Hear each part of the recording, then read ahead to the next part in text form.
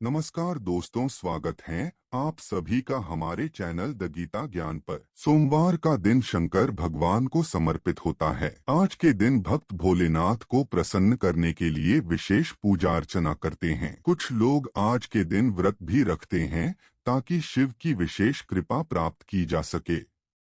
बाबा भोलेनाथ के आशीर्वाद के लिए आप भी सोमवार का व्रत कर रहे हैं तो शिव व्रत कथा को पढ़कर या सुनकर इस उपवास को पूरा करें। वीडियो में आगे बढ़ने से पहले आपसे रिक्वेस्ट करते हैं कि वीडियो को लाइक करें, आपने फ्रेंड के साथ शेयर करें और आपने अभी तक चैनल को सब्सक्राइब नहीं किया तो चैनल को सब्सक्राइब करके बेल आइकन जरूर से दबाएं। तो दोस्तों, आज से सप्ताह की शुरुआत हो चुकी है। धार्मिक मान्यताओं के अनुसार सोमवार का दिन भगवान शिव को समर्पित किया गया है। बहुत से लोग सोमवार के दिन भगवान शिव की पूजा करते हैं और साथ ही इस दिन व्रत भी करते हैं। ऐसा माना जाता है कि जो कोई भी व्यक्ति सोमवार के दिन भगवान शिव और उनके पूरे परिवार की पूजा करता है, उससे भगवान शिव बेहद ही शीघ्र प्रसन्न हो जाते हैं। उसकी सभी मनोकामनाएं पूरी हो जाती है। इसके अलावा सोमवार का व्रत और पूजा करने वाले व्यक्तियों के जीवन से दुख,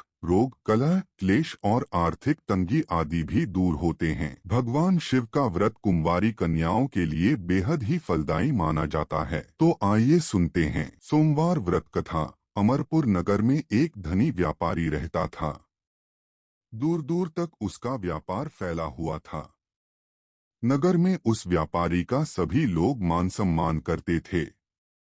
इतना सब कुछ होने पर भी वह व्यापारी अंतर्मन से बहुत दुखी था क्योंकि उस व्यापारी का कोई पुत्र नहीं था। दिन रात उसे एक ही चिंता सताती रहती थी, उसकी मृत्यु के बाद उसके इतने बड़े व्यापार और धन संपत्ति को कौन संभालेगा। पुत्र पाने की इच्छा से वह व्यापारी प्रति सोमवार भगवान शिव की व्रत पूजा किया करता था। सायंकाल को व्यापारी शिव मंदिर में जाकर भगवान शिव के सामने घी का दीपक जलाया करता था। उस व्यापारी की भक्ति देखकर एक दिन पार्वती ने भगवान शिव से कहा, हे प्राणनाथ, यह व्यापारी आपका सच्चा भक्त है। कितने दिनों से यह सोमवार का व्रत और पूजा नियमित कर रहा है। भगवान आप इस व्यापारी की मनोकामना अवश्य पूर्ण करें। भगवान शिव ने मुस्कुराते हुए कहा, हे पार्वती, इस संसार में सबको उसके कर्म के अनुसार फल की प्राप्ति होती है। प्राणी जैसा कर्म करते हैं उन्हें वैसा ही फल प्राप्त होता है। इसके बावजूद पार्वती जी नहीं मानी। उन्होंने आग्रह करते हुए कहा, नहीं प्राणनाथ, आपको इस व्यापारी की इच्छा पूरी करनी ही पड़ेगी। यह आपका अनन्य भक्त है, प्रति सोमवार आपका विधिवत व्रत रखता है और पूजा अर्चना के बाद आपको भोग लगाकर एक समय भोजन ग्रहण करता है। आपको इसे पुत्र प्राप्ति का वरदान देना ही होगा। पार्वती का इतना आग्रह देखकर भगवान शिव ने कहा, तुम्हारे आग्रह पर मैं इस व्यापारी को पुत्र प्राप्ति का वरदान देता हूँ, लेकिन इसका पुत्र 16 वर्ष से अधिक जीवित नहीं रहेगा। उसी रात भगवान शिव ने स्वप्न में उस व्यापारी को दर्शन देकर उसे पुत्र प्राप्ति का वरदान दिया और उसके पुत्र के 16 वर्ष तक जीवित रहने की बात भी बताई। भगवान के वरदान से व्यापारी को खुशी तो हुई, लेकिन पुत्र की अल्पायु की चिंता ने उस खुशी को नष्ट कर दिया। व्यापारी पहले की तरह सोमवार का विधिवत व्रत करता रहा।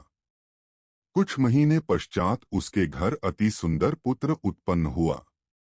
पुत्र जन्म से व्यापारी के घर में खुशियां भर गईं। बहुत धूमधाम से पुत्र जन्म का समारोह मनाया गया। व्यापारी को पुत्र जन्म की अधिक खुशी नहीं हुई क्योंकि उसे पुत्र की अल्प आयु के रहस्य का पता था। यह रहस्य घर में किसी को नहीं मालूम था। विद्वान ब्राह्मणों ने उस पुत्र का नाम अमर रखा। जब अमर 12 वर्ष का हुआ तो शिक्षा के लिए उसे वाराणसी भेजने का निश्चय हुआ। व्यापारी ने अमर के मामा दीपचंद को बुलाया और कहा कि अमर को शिक्षा प्राप्त करने के लिए वाराणसी छोड़ आओ।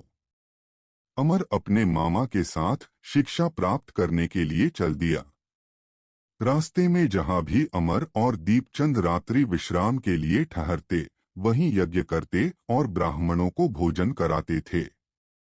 लंबी यात्रा के बाद अमर और दीपचंद एक नगर में पहुंचे। उस नगर के राजा की कन्या के विवाह की खुशी में पूरे नगर को सजाया गया था। निश्चित समय पर बारात आ गई, लेकिन वर का पिता अपने बेटे के एक आंख से काने होने के कारण बहुत चिंतित था। उसे इस बात का भय सता रहा था कि राजा को इस बात का पता चलने पर कहीं वह विवाह से इनकार न कर दे, इससे उसकी बदनामी होगी। वर के पिता ने अमर को देखा तो उसके मस्तिष्क में एक विचार आया। उसने सोचा, क्यों न इस लड़के को दूल्हा बनाकर राजकुमारी से विवाह करा दूं। विवाह के बाद इसको धन देकर विदा कर दूंगा और राजकुमारी को अपने नगर में ले जाऊंगा। वर के पिता ने इसी संबंध में अमर और दीपचंद से बात की। दीपचंद ने धन मिलने के लालच में वर के पिता की बात स्वीकार कर ली। अमर को दूल्हे के वस्त्र पहनाकर राजकुमारी चंद्रिका से विवाह करा दिया गया। राजा ने बहुत सा धन देकर राजकुमारी को विदा किया। अमर जब लौट रहा था तो सच नहीं छिपा सका और उसने राजकुमारी की ओढ़नी पर लिख दिया, राजकुमारी चंद्रिका, तुम्हारा विवाह तो मेरे साथ हुआ था। मैं तो वाराणसी में शिक्षा प्राप्त करने जा रहा हूँ। अब तुम्हें जिस नवयुवक की पत्नी बनना पड़ेगा वह कान्हा है। जब राजकुमारी ने अपनी ओढ़नी पर लिखा हुआ पढ़ा तो उसने काने लड़के के साथ जाने से इनकार कर दिया। राजा ने सब बातें जानकर राजकुमारी को महल में रख लिया। उधर अमर अपने मामा दीपचंद के साथ वाराणसी पहुँच गया। अमर ने गुरुकुल में पढ़ना शुरू कर दिया। जब अमर की आयु 16 वर्ष पूरी हुई तो उसने एक यज्ञ किया। यज्ञ की समाप्ति पर ब्राह्मणों को भोजन कराया और खूब अन्न वस्त्र दान किए। रात को अमर अपने शयन कक्ष में सो गया। शिव के वरदान के अनुसार शयनावस्था में ही अमर के प्राण पखेरु उड़ गए। सूर्योदय पर मामा अमर को मृत देखकर रोने पीटने लगा। आसपास के लोग भी एकत्र होकर दुख प्रकट करने लगे। मामा के रोने विलाप करने के स्वर समीप से गुजरते हुए भगवान शिव और माता पार्वती ने भी सुने। पार्वती जी ने भगवान से कहा, प्राणनाथ, मुझसे इसके रोने के स्वर सहन नहीं हो रहे, आप इस व्यक्ति के कष्ट अवश्य दूर करें। भगवान शिव ने पार्वती जी के साथ अदृश्य रूप में समीप जाकर अमर को देखा तो पार्वती जी से बोले, पार्वती, यह तो उसी व्यापारी का पुत्र है। मैंने इसे 16 वर्ष की आयु का वरदान दिया था, इसकी आयु तो पूरी हो गई। पार्वती जी ने फिर भगवान शिव से निवेदन किया, हे प्राणनाथ, आप इस लड़के को जीवित करें, नहीं तो इसके माता पिता पुत्र की मृत्यु के कारण रो रो कर अपने प्राणों का त्याग कर देंगे। इस लड़के का पिता तो आपका परम भक्त है, वर्षों से सोमवार का व्रत करते हुए आपको भोग लगा रहा है। पार्वती के आग्रह करने पर भगवान शिव ने उस लड़के को जीवित होने का वरदान दिया और कुछ ही पल में वह जीवित होकर उठ बैठा। शिक्षा समाप्त करके अमर मामा के साथ अपने नगर की ओर चल दिया। दोनों चलते हुए उसी नगर में पहुँचे जहां अमर का विवाह हुआ था। उस नगर में भी अमर ने यज्ञ का आयोजन किया। समीप से गुजरते हुए नगर के राजा ने यज्ञ का आयोजन देखा। राजा ने अमर को तुरंत पहचान लिया। यज्ञ समाप्त होने पर राजा अमर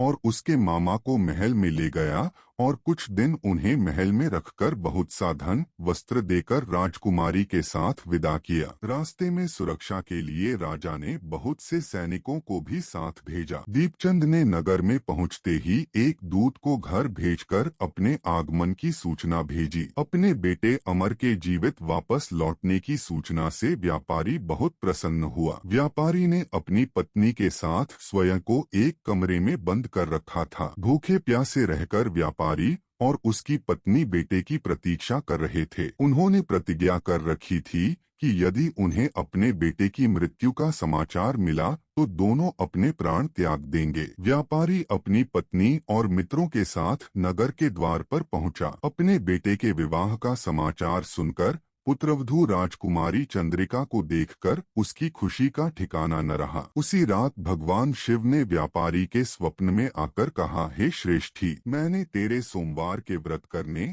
और व्रत कथा सुनने से प्रसन्न होकर तेरे पुत्र को लंबी आयु प्रदान की है। व्यापारी बहुत प्रसन्न हुआ। सोमवार का व्रत करने से व्यापारी के घर में खुशियां लौट आईं। शास्त्रों में लिखा है कि जो स्त्री पुरुष सोमवार का विधिवत व्रत करते और व्रत कथा सुनते हैं उनकी सभी इच्छाएं पूरी होती हैं। तो दोस्तों, अगर आप भी सोमवार व्रत करना चाहते हैं, आप भी सोमवार व्रत का लाभ लेना चाहते हैं, तो सोमवार व्रत की विधि जान ले। नारद पुराण के अनुसार सोमवार व्रत में व्यक्ति को प्रातः स्नान करके शिव जी को जल और बेल पत्र चढ़ाना चाहिए तथा शिव गौरी की पूजा करनी चाहिए। शिव पूजन के बाद सोमवार व्रत कथा सुननी चाहिए। इसके बाद केवल एक समय ही भोजन करना चाहिए। साधारण रूप से सोमवार का व्रत दिन के तीसरे तक होता है, मतलब शाम तक रखा जाता है। सोमवार व्रत 3 प्रकार का होता है: प्रति सोमवार व्रत, सौम्य प्रदोष व्रत और 16 सोमवार का व्रत। इन सभी व्रतों के लिए एक ही विधि होती है। सोमवार के व्रत में व्रतियों को सुबह नहा धोकर भोलेनाथ की पूजा का संकल्प लेना चाहिए